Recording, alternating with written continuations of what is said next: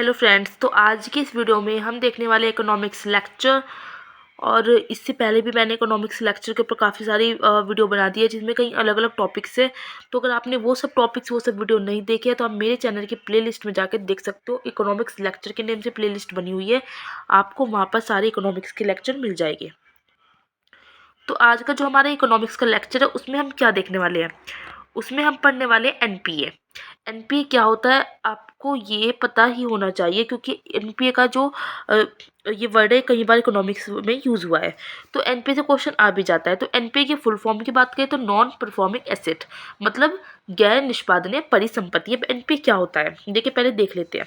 बैंकों द्वारा वितरित ऐसे सभी लोन और उस पर दे ब्याज एनपीए के रूप में जाने जाते हैं। मतलब बैंक से जो भी कोई लोन लेता है, ठीक है, जब हम बैंक से कोई लोन लेते हैं तो उस पर कुछ ना कुछ इंटरेस्ट लगता है, ठीक है, तो उसको कहते हैं एनपीए। तो दे ब्याज एनपीए के रूप में जाने जाते हैं। अब एनपीए उस ब्याज को नहीं कहते, ठीक है ना, अभी आगे बता रही हूँ। जिनमें किसी वित्तीय वर्ष में मूलधन का भुगतान 90 दिनों तथा ब्याज का भुगतान 365 दिनों से अधिक ना किया गया हो। मतलब हमने बैंक से लोन लिया, उस पर हमें क्या मिलेगा, कुछ इंटरेस्ट भी मिलेगा, लेकिन और वो बैंक से जो हमने लोन लिया है, अब हमें लोन वापस, मतलब जो पैसे लिया है उसको देना भी तो होता है। तो वो जो पैसा है अगर हमने 90 दिनों में नहीं दिया, 90 दिनों में या फिर कोई लिमिट होती है बैंक की, और ब्याज जो हमने 365 मतलब 1 साल के अंदर नहीं दिया ना, तो वो कहता है कि बैंक की जो परिसंपत्ति थी, बैंक ने जो हमें लोन दिया था, वो क्या हो गया, एनपीए हो गया। और 90 दिनों तक जो यह था कि 90 दिन तक मूलधन का भुगतान किया जाना चाहिए, यह केवल 2014 तक ही था। वर्तमान में यह दिन बढ़ाकर कितने कर दिए गए, 180 दिन कर दिए गए हैं। और ये क्वेश्चन पूछा जाता है। कृषि क्षेत्र संबंधित ऋण एनपीए की श्रेणी में उस समय आता है जब ब्याज तथा किश्त अदायगी का भुगतान तिथि के बाद 2 फसलों का ना हो। तो एनपीए का मतलब क्या होता है कि हम किसी ने बैंक से लोन लिया और उसका ना तो उसने लोन वाला पैसा वापस दिया ना कुछ ब्याज भरा, और वो क्या हो गया, वो फ्रॉड निकल गया इंसान, उसको कहते हैं कि बैंक की जो राशि थी या जो लोन दिया तो उसने, वो क्या हो गया, एनपीए हो गया। अब एनपीए की 3 श्रेणी होती है। कौन कौन सी होती है, सब स्टैंडर्ड कैटेगरी आती है पहली। उसमें क्या होता है, 12 महीने से कम या 12 महीने तक यदि कोई परिसंपत्ति एनपीए बनी रही तो वह इस श्रेणी में आएगी। 12 महीने तक या 12 महीने के बाद भी 12 महीने से कम या 12 महीने तक किसी ने जो पैसा लिया था वो नहीं दिया, तो वो इसका आ जाएगा, सब स्टैंडर्ड कैटेगरी में जाएगी वो, ठीक है, वो परिसंपत्ति। संदिग्ध परिसंपत्ति किसे कहते हैं, डाउटफुल एसेट्स। 12 महीने से अधिक कोई परिसंपत्ति एनपीए बनी हुई है, 12 महीने से ज़्यादा टाइम हो गया, 1 साल से ज़्यादा टाइम हो गया, तो वह डाउटफुल असेट या संदिग्ध परिसंपत्ति कहलाती है। क्योंकि बैंक वालों को लगने लगता है कि इस इंसान ने 1 साल तक ना तो कोई ब्याज भरा है, ना तो कोई इंटरेस्ट दिया है, और ना ही उसने हमारा पैसा वापस किया, और ना ये बैंक के अंदर आया, तो उन्हें डाउट होने लगता है। तो इसमें आता है संदिग्ध परिसंपत्ति में। थर्ड कौन सी हो जाती है, हानि परिसंपत्ति, लॉस्ट एसेट। बैंक के द्वारा निरीक्षण करने पर ज्ञात हुआ कि अब इस परिसंपत्ति को हानि के तौर पर चिन्हित कर देना चाहिए। जब 1 साल हो गया तो जिसने लोन लिया था ना वो बैंक में आया, ना उससे कोई बातचीत, तो नंबर भी बन जा रहा है, तो बैंक वाले क्या करेंगे, अब उसने जो एड्रेस वगैरह है, आधार कार्ड वगैरह दिया था, उस पते पर जाएंगे चेक करने के लिए कि वो बंदा वहाँ पर रहता भी है या नहीं। लेकिन वहाँ जाके पता चला उसका तो ना कोई घर है, उसने तो फ्रॉड कर दिया भाई, ठीक है, तो उसको कहते हैं हानि परिसंपत्ति।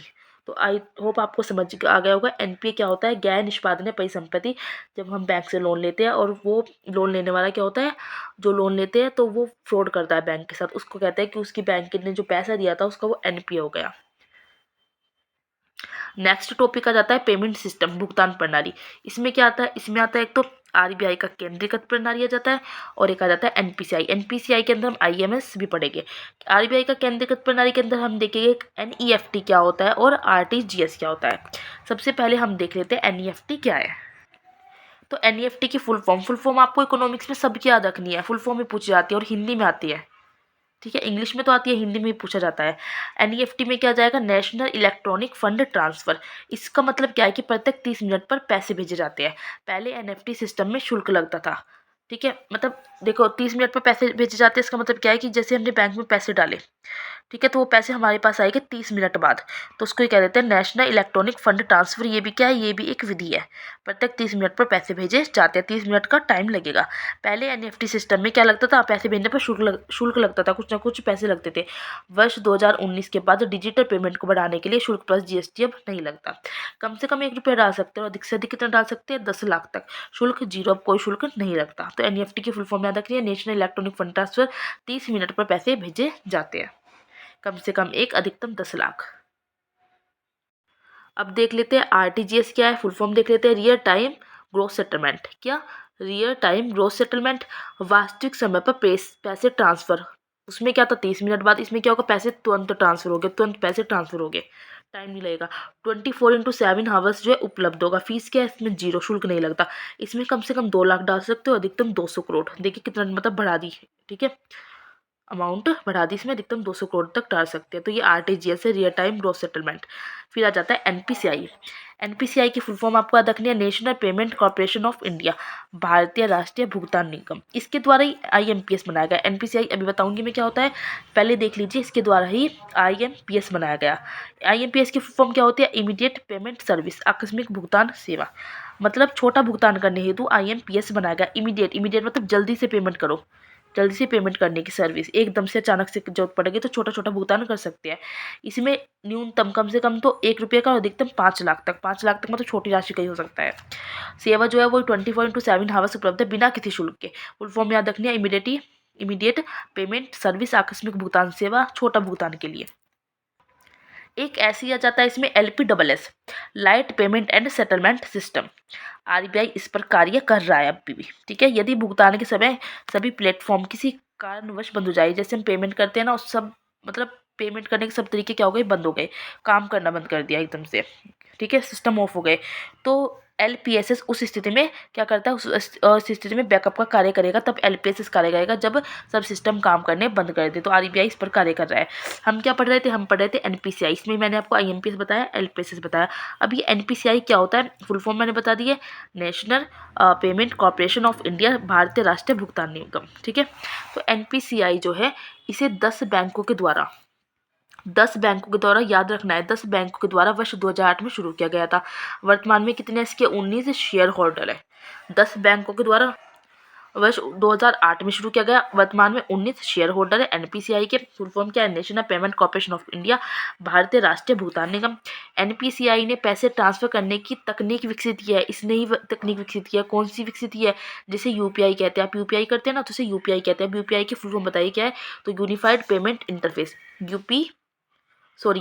यूपीआई की फुल फॉर्म क्या है? यूनिफाइड पेमेंट इंटरफेस, ठीक है। नॉट फॉर प्रॉफिटेबल कंपनी, मतलब लाभदायक कंपनी नहीं है, लाभ कुछ नहीं होता इससे। याद रखना है, एनपीसीआई की फॉर्म क्या है? National payment corporation of India, भारतीय राष्ट्रीय भुगतान निगम। 10 बैंकों के द्वारा 2008 में शुरू की गई, वर्तमान में 19 शेयर होल्डर है। पैसे ट्रांसफर करने की तकनीक है जिसे यूपीआई कहते हैं, ठीक है।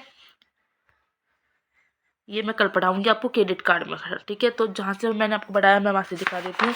वीडियो को पॉज करना है एंड आपको अपने नोट्स बना लेने हैं। इकोनॉमिक्स के आपको सारे लेक्चर देखने हैं एंड उसके बाद आपको क्या करना है? पूर्वावलोकन पढ़ना है। पूर्वावलोकन आता है ना इसका क्या कहते हैं, इकोनॉमिक्स का। तो पूर्वावलोकन पढ़ना है आपको, उसके बाद क्वेश्चंस लगाने हैं, आपके सब क्वेश्चंस निकल जाएंगे, ठीक है। थोड़ा सा इकोनॉमिक्स टफ सब्जेक्ट होता है, तो पहले आपको छोटे छोटे कंसेप्ट क्लियर करने होते हैं, उसके बाद आपको थोड़ा मतलब बड़े लेवल का पढ़ना होता है। जब तक आपके कंसेप्ट क्लियर नहीं होंगे ना, तब तक आपको इकोनॉमिक्स समझ ही नहीं आएगी। और ये क्या है, अगर आप एक बार पढ़ोगे समझ नहीं आएगा, आपको बार बार रिवाइज करना होता है, इसको बार बार पढ़ना होता है। वीडियो अच्छी लगी है तो आपको लाइक करना है, शेयर करना है और कमेंट्स करके मुझे ज़रूर बताना है।